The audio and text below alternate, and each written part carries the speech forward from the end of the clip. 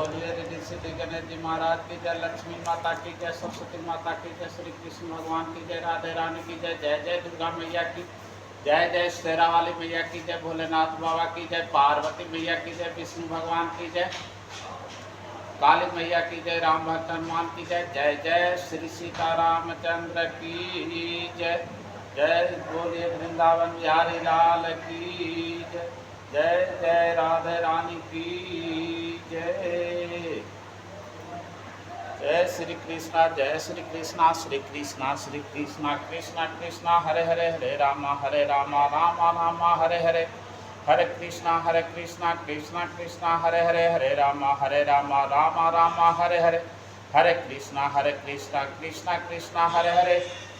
बोलिए वृंदावन बिहारी लाल की जय, वेदम व्यास जी की जय, भागवत गीता की जय, जय जय श्री कृष्ण भगवान की जय। नारायण नारायण श्रीमन्नारायण नारायण नारायण, हरि ओम नारायण नारायण नारायण नारायण नारायण, भजमन नारायण नारायण नारायण, हरि ओम नारायण नारायण नारायण नारायण नारायण, लक्ष्मी नारायण नारायण नारायण, श्रीमन नारायण नारायण नारायण नारायण, हरि ओम नारायण नारायण नारायण, भजमन नारायण नारायण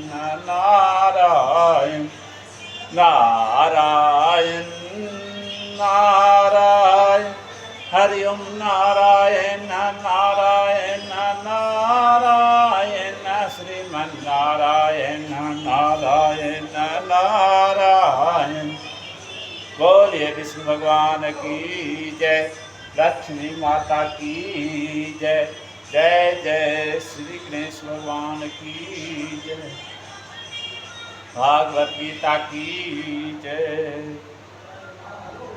गजाननाम भूतगणादि सेवितं कपित जम्बुफल चारुभक्षणं, उमासुतं शोक विनाशकारकं नमामि विघ्नेश्वर पादव पंकजं, ध्यानाभ्यास वशीकृतेन मनसा तनिगुणं निष्क्रियं, ज्योति किंचन जोगिनी यदि परम पश्यन्ति पश्यन्तु ते, अस्माकं तु तदेव लोचन चमत्काराय भुइचरं, कालिन्दी पुलिनोदरे किमपि अनिलं महोधावति, व्याधिनिरञ्जनं पुरुषं जरन्तं संचत्यामि निखिले जगति स्फूर्तं, तावद् बलात् स्फूर्तिहन्तहदन्तरे मे गोपस्य कुशस्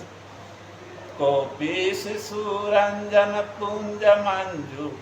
जो गज के मुख वाले हैं, भूतगण आदि के द्वारा सेवित है, कैठ और जामुन के फलों के बड़े सुंदर ढंग से भक्षण करने वाले हैं, शोक का विनाश करने वाले हैं और भगवती उमा के पुत्र है, उन विघ्नेश्वर गणेश जी के चरण कमलों में प्रणाम करता हूँ।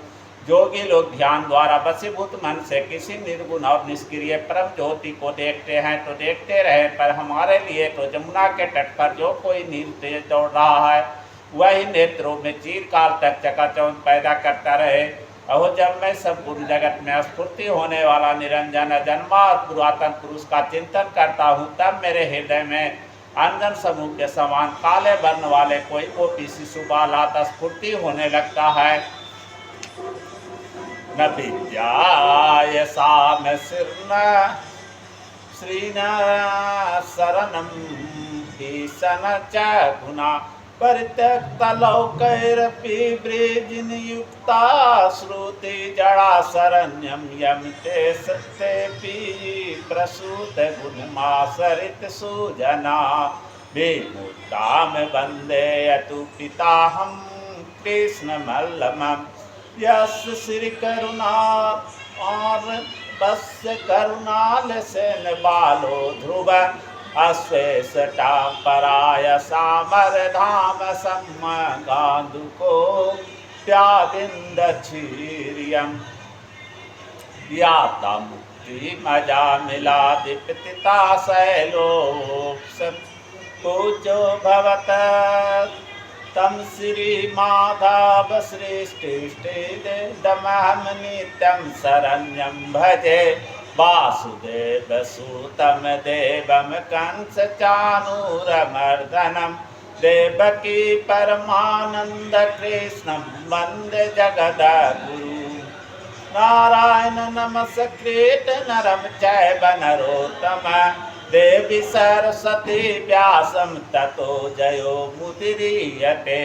जिनके पास न विद्या है, न धन है, न कोई सहारा है, जिनमें न कोई गुण है, न वेद शास्त्रों का ज्ञान है, जिनको संसार के लोगों ने पापी समझ कर त्याग दिया है, ऐसे मनुष्य भी जिन शरणागत पालक प्रभु के शरण लेकर संत बन जाते हैं और मुक्त हो जाते हैं, उन विख्यात गुणों वाले अमलात्मा यदुनाथ भगवान श्री कृष्ण को मैं प्रणाम करता हूँ, जिन करुणा सिंधु भगवान को करुणा के लेस मात्र से बालक ध्रुव ने अपनी इष्ट वस्तु का पर्याय करके श्रेष्ठ पुरुषों को लोक को प्राप्त किया है, दरिद्र सुदामा ने लक्ष्मी को प्राप्त किया है, अजामिल आदि पापियों ने मुक्ति को प्राप्त किया है और गोवर्धन पर्वत भी पूज बन गया है। उन शरणागत भक्तों के अभीष्ट वस्तु देने वाले शरण भगवान माधव का मैं नित्य भजन करता हूँ, जो वासुदेव जी के पुत्र दिव्य रूपधारी कंस एवं चाणूर को नाश करने वाले और देवकी जी के लिए परम आनंद स्वरूप हैं। उन जगत गुरु भगवान श्री कृष्ण को मैं वंदना करता हूँ। भगवान श्री कृष्ण और मनुष्यों में श्रेष्ठ अर्जुन को तथा सरस्वती और वेदम व्यास जी को नमस्कार के फिर महाभारत का कथन करता हूँ। बोलिए वृंदावन बिहारी लाल की जय। पीछे के श्लोक में कर्म करने से लोक संग्रह कैसे होता है, इसका विवेचना भगवान आगे के श्लोक में करते हैं।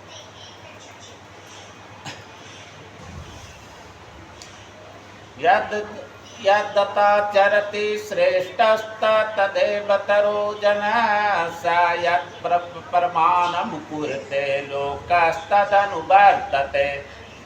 माने उदाहरण के स्वरूप, कर्म के स्वरूप के दृष्टि से झाड़ू लगाना छोटा कर्म और व्याख्यान देना बड़ा कर्म प्रतीत होता है, एवं कर्म फल की दृष्टि से कम दान करने वाला का कम पुण्य और अधिक दान करने वाले को अधिक पुण्य प्रतीत होता है। तो यदताचरति श्रेष्ठ तदेव तरो जनः, माने इसका व्याख्या है कि श्रेष्ठ पुरुष वही है जो संसार को और स्वयं को तत्व से जानता है। उसका यह स्वाभाविक अनुभव होता है कि शरीर, इंद्रियां, मन, बुद्धि, धन, कुटुंब, जमीन आदि पदार्थ संसार के हैं, अपने नहीं हैं। इतने ही नहीं, वो श्रेष्ठ पुरुष त्याग, वैराग, प्रेम, ज्ञान, सद्गुण आदि को भी अपना नहीं मानता, क्योंकि उन्हें भी अपना मानने से व्यक्तित्व पुष्ट होता है। जो तत्व प्राप्ति में बाधक है, मैं त्यागी हूँ, मैं वैरागी हूँ, मैं सेवक हूँ, मैं भक्त हूँ आदि भाव भी व्यक्तित्व को पुष्ट करने वाले होने के कारण तत्व प्राप्ति में बाधक होते हैं। तो श्रेष्ठ पुरुषों में अभीष्ट अहंकार तो होता ही नहीं, और समिष्ट अहंकार व्यवहार मात्र के लिए होता है। जो संसार की सेवा में लगा रहता है, क्योंकि अहंकार भी संसार का ही है, तो संसार से मिले हुए शरीर, धन, परिवार, पद, योग्यता, अधिकार आदि सब पदार्थ सदुपयोग करने अर्थात दूसरों को सेवा में लगाने के लिए ही मिले हैं, उपभोग करने अथवा अपना अधिकार जमाने के लिए नहीं। जो इन्हें अपना और अपने लिए मानकर इनका उपयोग करते हैं, उसको भगवान चोर कहते हैं। यो भूंगटे अस्ते न बस ए बस, माने ये सब पदार्थ समिष्ट के ही, व्यष्ट विष्ट के कभी किसी प्रकार नहीं। वास्तव में इन पदार्थों को हमारा कोई संबंध नहीं है। श्रेष्ठ पुरुष को अपने कहलाने वाले शरीर पदार्थ माने शरीर आदि जो पदार्थ है संसार के होने से स्वतः स्वाभाविक संसार की सेवा में लगते हैं। संपूर्ण प्राणियों के हित में उसके स्वाभाविक प्रवृत्ति होती है। माने देने का भाव से समाज में एकता प्रेम उत्पन्न होता है और लेने के भाव से संघर्ष उत्पन्न होता है। देने का भाव उद्धार करने वाला और लेने का भाव पतन करने वाला होता है। तो शरीर को मैं मेरा अथवा मेरे लिए मानने से ही लेने का भाव उत्पन्न होता है। माने शरीर से अपना कोई संबंध न मानने के कारण श्रेष्ठ पुरुष में लेने का भाव किंचन मात्र भी नहीं होता। अतः उसकी प्रत्येक क्रिया द्वारा माने दूसरों का हित करने वाला ही होती है। ऐसा श्रेष्ठ पुरुष के दर्शन स्पर्श वार्तालाप चिंतन आदि से स्वतः लोगों का हित होता है, माने उपकार होता है। इतना ही नहीं, उसके शरीर को स्पर्श करके बहने वाली वायु तक से लोगों का हित होता है। ऐसे श्रेष्ठ पुरुष दो प्रकार के होते हैं, माने अवधूत कोटि के और आचार्य कोटि के। अवधूत कोटि के श्रेष्ठ पुरुष अवधूतों के लिए ही आदर्श होते हैं और साधारण जनता के लिए नहीं, परंतु आचार्य कोटि को श्रेष्ठ पुरुष मनुष्य मात्र के लिए आदर्श होते हैं। यहाँ आचार्य कोटि के श्रेष्ठ पुरुषों का वर्णन किया है, जिनके आचरण सदा शास्त्र मर्यादा के अनुकूल ही होते हैं। कोई देखे या न देखे, अहंता ममता न रहने के कारण उनके द्वारा स्वाभाविक ही कर्तव्य का पालन होता है। जैसे जंगल में कोई पुष्प खिला और कुछ समय के बाद मुरझा गया और सूखकर गिर गया तो उसे किसी ने देखा नहीं, फिर भी उसने चारों ओर अपना सुगंध फैलाकर दुर्गंध का नाश किया। माने इस तरह श्रेष्ठ पुरुष से माने परहित असीम भाव होने के कारण संसार मात्र का स्वाभाविक बहुत उपकार हुआ करता, चाहे कोई समझे या न समझे। कारण यह है कि व्यक्ति जाने के कारण भगवान की उस पालन शक्ति के साथ उसकी एकता एक हो जाती है, जिसके द्वारा संसार मात्र का हित हो रहा। जैसे एक ही शरीर के सब अंग भिन्न भिन्न होने पर भी एक ही हैं, जैसे किसी भी अंग में पीड़ा होने पर मनुष्य से अपने पीड़ा मानता है, ऐसे ही संसार के सब प्राणी भिन्न भिन्न होने पर भी एक ही हैं। जैसे शरीर का कोई भी पीड़ित अंग ठीक हो जाने पर संपूर्ण शरीर का हित होता है, ऐसे ही मर्यादा में रहकर प्राप्त वस्तुएं समय परिस्थिति आदि के अनुसार अपने कर्तव्य का पालन करने वाले मनुष्य के द्वारा संपूर्ण संसार को स्वतः हित होता है। श्रेष्ठ पुरुष के आचरणों और वचनों का प्रभाव अस्थिर रीति से पड़ता है, जो सीमित होता है, परंतु उसके भावों का प्रभाव सूक्ष्म रीति से पड़ता है, जो असीम होता है। कारण यह है कि क्रिया तो सीमित होती है पर भाव असीम होती है। श्रेष्ठ पुरुष जिन भावों को अपने आचरण में लाता है, उन भावों को दूसरे मनुष्यों पर बहुत प्रभाव पड़ता है। माने अपने वर्ण आश्रम संप्रदाय आदि के आचरणों को अच्छी तरह से पालन करने के कारण उसके द्वारा कहे हुए वचनों का दूसरे वर्ण आश्रम संप्रदाय आदि के लोगों पर भी बहुत प्रभाव पड़ता है। यद्यपि श्रेष्ठ मनुष्य अपने लिए कोई आचरण नहीं करता और उसमें कर्तृत्व अभिमान भी नहीं होता, तथापि लोगों को दृष्टि में वो आचरण करता हुआ दिखने के कारण यहाँ आचरित क्रिया का प्रयोग हुआ। उसके द्वारा सबके उपकार के लिए स्वतः स्वाभाविक क्रियाएं होती हैं। माने अपना कोई स्वार्थ न रहने के कारण उसकी छोटी बड़ी प्रत्येक क्रिया लोगों को स्वतः हित करने वाली होती है। यद्यपि उसके लिए कोई कर्तव्य नहीं, तस् कार्य न विद्यते, और उसमें करने का अभिमान भी नहीं है। निर्ममो निरहंकारम, तथापि उसके द्वारा स्वतः स्वाभाविक सुचारू रूप से कर्तव्य का पालन होता है। माने इस प्रकार उसके द्वारा स्वतः स्वाभाविक लोक संग्रह होता। इसका माने इस श्लोक से विशेष बात यह है, प्रायः देखा जाता है कि जिस समाज संप्रदाय जाति वर्ण आश्रम आदि में जो श्रेष्ठ मनुष्य कहलाते हैं, और जिनको लोग श्रेष्ठ मानकर आदर के दृष्टि से देखते हैं, वे जैसा आचरण करते हैं उस समाज, संप्रदाय, जाति आदि के लोग भी वैसा ही आचरण करने लग जाते हैं।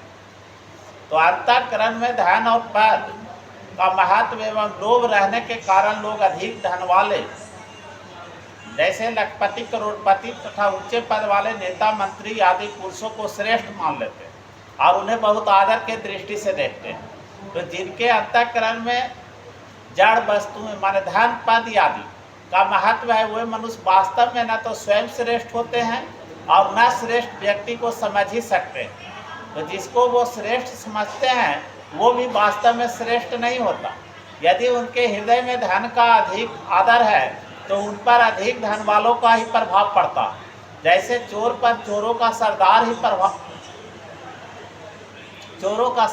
का ही प्रभाव पड़ता।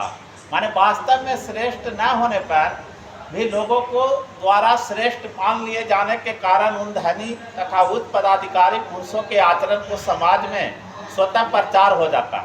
जैसे धन के कारण जो श्रेष्ठ माने जाते हैं वो पुरुष जिन जिन उपायों से धन कमाते हैं और जमा करते हैं, उन उपायों को लोगों में स्वतः प्रचार हो जाता, चाहे वे उपाय कितना ही गुप्त क्यों न हो।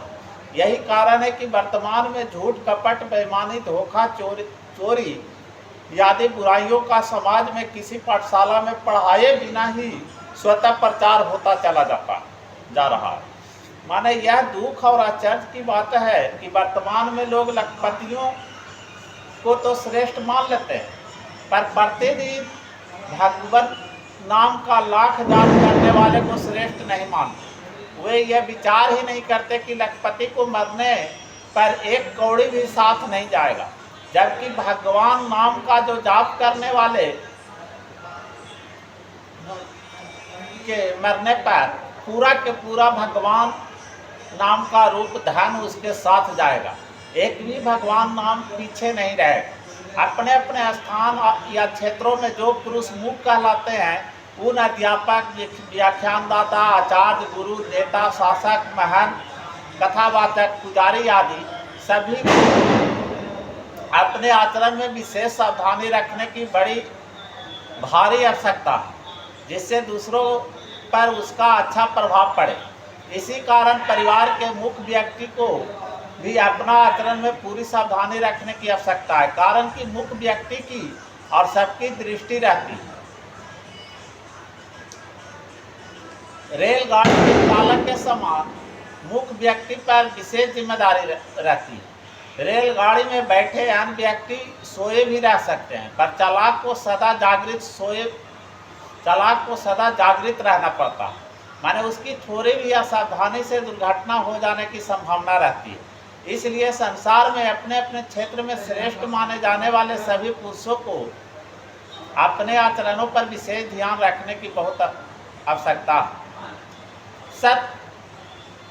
सयत् प्राणम कुर्ते लोकस्ततु वर्तते, माने जिसके अंतःकरण में कामना, ममता, आसक्ति, स्वार्थ, पक्षपात आदि दोष नहीं है और नाशवान पदार्थ की महत्व या कुछ भी लेने का भाव नहीं है, तो ऐसे मनुष्य के द्वारा कहे हुए वचनों का प्रभाव दूसरों पर स्वतः पड़ता और वे उसके वचनानुसार स्वयं आचरण करने वाले भी लग जाते हैं। यहाँ यह शंका हो सकती है कि जब आचरण की बात कह दी तब प्रमाण के कहने की क्या आवश्यकता, और प्रमाण की बात कहने पर आचरण की कहने की क्या आवश्यकता है।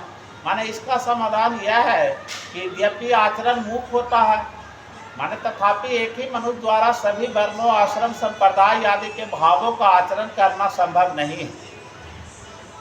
अतः श्रेष्ठ मनुष्य स्वयं जिस वर्ण, आश्रम आदि में है उसके अनुसार तो वो सांगोपांग आचरण करता ही है, और अन्य वर्ण, आश्रम, संप्रदाय आदि के लोगों के लिए भी वो अपने वचनों से शास्त्र, इतिहास आदि को प्रमाण से ही शिक्षा देता है। माने अपने लिए कुछ न करके संपूर्ण प्राणियों के हित भाव से अपने अपने कर्तव्य का पालन करना कल्याण की सुगम और श्रेष्ठ साधन है।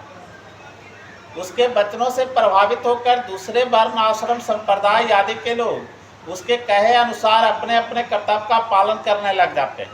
यद्यपि आचरणों का क्षेत्र सीमित और प्रमाण का क्षेत्र विस्तृत होता है, तथापि भगवान के द्वारा श्रेष्ठ पुरुष के आचरण में 5 पद यत तत् एव देने का अभिप्राय है कि उसके आचरण का प्रभाव समाज पर 5 गुना पड़ता, और परमान में 2 पद यत और तत् देने का अभिप्राय है कि परमान का प्रभाव समाज पर केवल 2 गुना पड़ता। इसलिए भगवान ने 20वें श्लोक में लोक संग्रह के लिए अपने कर्तव्य कर्मों का पालन करने पर ही विशेष रूप से जोड़ दिया। यदि श्रेष्ठ मनुष्य स्वयं अपने वर्ण आश्रम आदि के अनुसार आचरण न करके केवल परमान दे तो उसका लोगों पर विशेष प्रभाव नहीं पड़ेगा। उसमें लोगों का ऐसा भाव हो सकता है कि ये बातें तो केवल कहने की सुनने की है, क्योंकि कहने वाला स्वयं भी तो अपने कर्तव्य कर्म का पालन नहीं कर रहा। ऐसा भाव होने पर लोगों में अपने कर्तव्य के प्रति श्रद्धा और रुचि होने की संभावना रहती है। इसलिए श्रेष्ठ पुरुष स्वयं आचरण करके और प्रमाण देकर दोनों ही प्रकार से लोगों को अपने अपने कर्तव्य पालन में लगाकर उनका हित करता, और श्रेष्ठ पुरुष के आचरणों के अनुवर्तन वही लोग करते हैं जो श्रेष्ठ मानते हैं। अतः वास्तव में श्रेष्ठ होने पर भी अगर कोई मनुष्य उसे श्रेष्ठ नहीं मानता तो वो उस श्रेष्ठ पुरुष का आचरण और वचनों का अनुसार आचरण नहीं कर सके। वर्तमान में पारमार्थिक माने भगवत संबंधी भावों को प्रचार करने वाले बहुत से पुरुषों को होने पर भी लोगों पर उनके भावों का प्रभाव बहुत कम दिखाई देता। इसका कारण यही है कि प्रायः वक्ता जैसा कहता है वैसा स्वयं पूरा आचरण नहीं करता। स्वयं आचरण करके कही गई बात गोली से भरी बंदूक के समान है, जो कि गोली के छूटने पर आवाज के साथ साथ मार भी करती है, और इसके विपरीत आचरण में लाए बिना कही गई बातें केवल बारूद से भरी बंदूक के समान है, जो केवल आवाज करके ही शांत हो जाती है। हाँ, पारमार्थिक बातें ऐसे ही खत्म नहीं हो जाती, प्रत्युत कुछ न कुछ प्रभाव डालती ही है। तो भगवत चर्चा, कथा, कीर्तन आदि का कुछ न कुछ प्रभाव सब पर पड़ता है। अगर सुनने वाले में श्रद्धा है और वो साधन करते हैं अथवा करना चाहते हैं तो उन पर वचनों का प्रभाव अधिक पड़ता है। माने संबंध ये है, भगवान बता रहे हैं। अब भगवान आगे के 3 श्लोक में अपना उदाहरण देकर लोक संग्रह को पुष्टि करते हैं।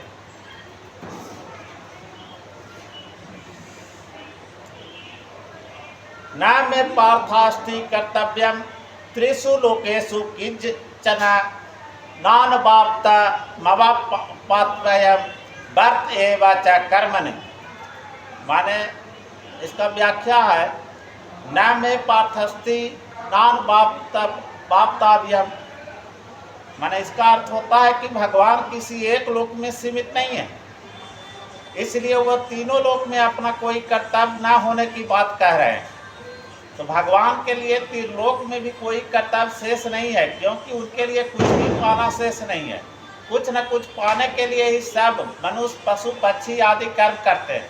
भगवान उपर्युक्त पदों में बहुत विलक्षण बात कह रहे हैं कि कुछ भी करना और पाना शेष नहीं होने पर भी मैं कर्म करता हूँ, और अपने लिए कोई कर्तव्य न होने पर भी भगवान केवल दूसरों के हित के लिए अवतार लेते हैं, और साधु पुरुषों का उद्धार, पापी पुरुषों का विनाश और धर्म की संस्थापना करने के लिए कर्म करते हैं। अवतार के सिवाय भगवान के सृष्टि रचना भी जीवन मात्र के उद्धार के लिए ही होती है।